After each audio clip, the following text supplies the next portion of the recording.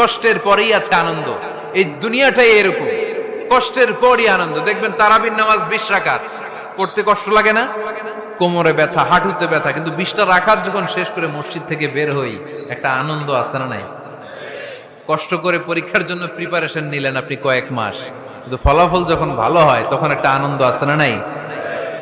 সারাদিন রোজা রাখলেন রমজানে, কি কষ্ট, তৃষ্ণায় গলা ফেটে যায়, কিন্তু ইফতারির সময় যখন রুহাবজা শরবতটা খাই, কেমন লাগে?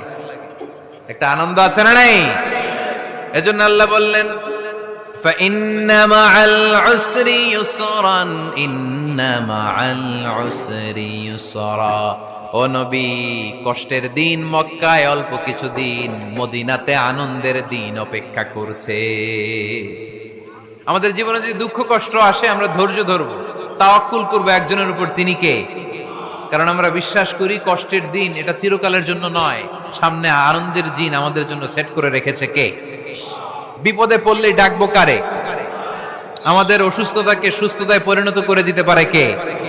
চাকরির জন্য পাগল পারা, চাকরি নাই, চাকরির ব্যবস্থা করে দিতে পারে কে? বিদেশে যেতে মনে চায়, পাসপোর্ট দিয়ে রেখেছি, ভিসা নাই, ভিসা লাগায় দিতে পারে কে? কিন্তু আমরা দুঃখ কষ্ট বেদনা কিছু একটা হইলেই সবার আগে আল্লাহরে শেয়ার করার আগে ফেসবুকে শেয়ার মেরে দিই। আছে না নাই? আপনাদের ফেসবুকে অ্যাকাউন্ট আছে নাকি? কার কার আছে দেখি?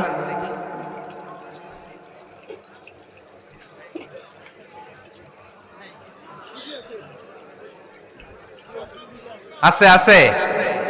এটার জন্য আমরা ভালো কাজে লাগাই, ঠিক কিনা? আপনি চাইলেই এমন ভাবে ফেসবুক ফ্রেন্ড লিস্ট করতে পারেন যারা ভালো ভালো জিনিস শেয়ার করে, যারা মোটিভেশনাল জিনিস শেয়ার করে, ইসলামের পক্ষে কথা বলে।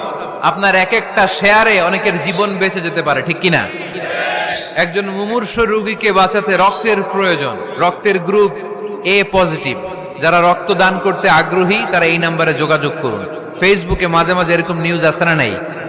আপনি just you put down in share, শেয়ারের মধ্যে একটা পুট করে দিলেন, একটু শেয়ার মেরে দিলেন, ছড়িয়ে পড়লো হাজার হাজার ফেসবুক ফ্রেন্ডদের কাছে। তাদের অনেকে ব্লাড দিতে আগ্রহী, সে তাড়াতাড়ি যেয়ে সেখানে ব্লাড ডোনেট করে আসলো। আপনার একটা শেয়ারের কারণে বেঁচে গেল অনেকগুলো প্রাণ। চিল্লা এখন ঠিক কিনা? রক্তদানের মতো শ্রেষ্ঠ ইবাদত হতে পারে? আমরা মনে করি শুধু জিকিরি ইবাদত, আমরা মনে করি শুধু নামাজি ইবাদত। রক্তদান, এক ব্যাগ রক্ত থেকে অনেক মানুষকে বাঁচানো যায়। এর মধ্যে আছে হিমোগ্লোবিন, এর মধ্যে আছে প্লাটিলেট, আছে প্লাজমা। রক্তে একটা উপাদান আছে প্লাজমা, নাম শুনছেন? আগুনে পোড়া রোগীকে বাঁচাতে এই প্লাজমা লাগে।